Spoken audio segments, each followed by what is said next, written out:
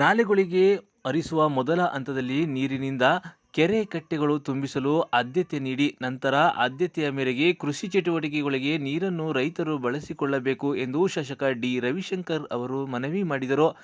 ಶುಕ್ರವಾರ ಸಾಲಿಗ್ರಾಮ ತಾಲೂಕಿನ ಬಳ್ಳೂರು ಅಣೆಕಟ್ಟೆಯಿಂದ ಚಾಮರಾಜ ಮತ್ತು ರಾಮಸಂದ್ರ ಎಡ ಮತ್ತು ಬಲದಂಡೆ ನಾಲೆಗಳಿಗೆ ಹಾಗೂ ಮಿರ್ಲೆ ಶ್ರೇಣಿಯ ನಾಲೆಗಳಿಗೆ ನೀರು ಬಿಡುವ ಕಾರ್ಯಕ್ಕೆ ಚಾಲನೆ ನೀಡಿ ಮಾತನಾಡಿದ ಅವರು, ರೈತರು ಸಮಸ್ಯೆಗಳಿಗೆ ನೀರಾವರಿ ಇಲಾಖೆಯ ಕೆಲವು ಅಧಿಕಾರಿಗಳು ಸಕಾರಾತ್ಮಕವಾಗಿ ಸ್ಪಂದಿಸುತ್ತಿಲ್ಲ ಎಂಬ ದೂರುಗಳು ಕೇಳಿ ಬರುತ್ತಿದ್ದು, ಇದಕ್ಕೆ ಆಸ್ಪದ ಕೊಡದೆ ರೈತರ ಸಮಸ್ಯೆಗಳನ್ನು ಶೀಘ್ರವಾಗಿ ಪರಿಹರಿಸುವ ಕೆಲಸ ಮಾಡಬೇಕು ಎಂದು ಸೂಚನೆ ನೀಡಿದರು.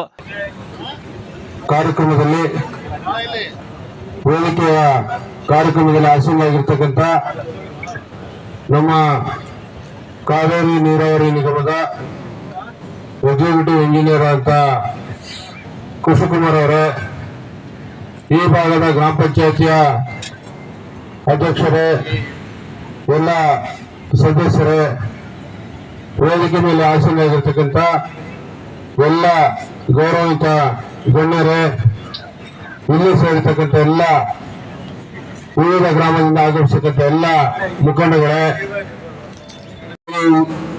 ಈ ವರ್ಷ ಕಳೆದ ವರ್ಷಕ್ಕೆ ಹೋಲಿಸಿದರೆ ಈ ವರ್ಷ ಬಹಳ ಉತ್ತಮವಾಗಿ ಮಳೆಯಾಗಿದೆ. ಈಗಾಗಲೇ ನಮ್ಮ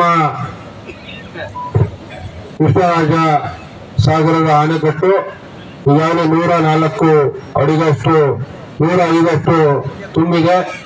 ಇದು ನಮಗೆಲ್ಲ ಉತ್ತಮವಾದ ಬೆಳವಣಿಗೆ ಅಂತಕ್ಕಂಥದ್ದು.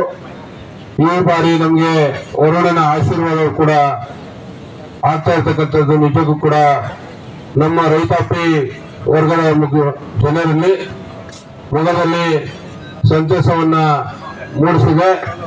ಈಗಾಗಲೇ ಹಲವಾರು ಹಳ್ಳಿಗಳಲ್ಲಿ ಕೃಷಿ ಚಟುವಟಿಕೆಗೆ ಬೇಕಾದಂತ ರೀತಿಯಲ್ಲಿ ಎಲ್ಲ ಸಿದ್ಧತೆಗಳನ್ನ ಮಾಡ್ಕೊತಾ ಇದ್ದಾರೆ.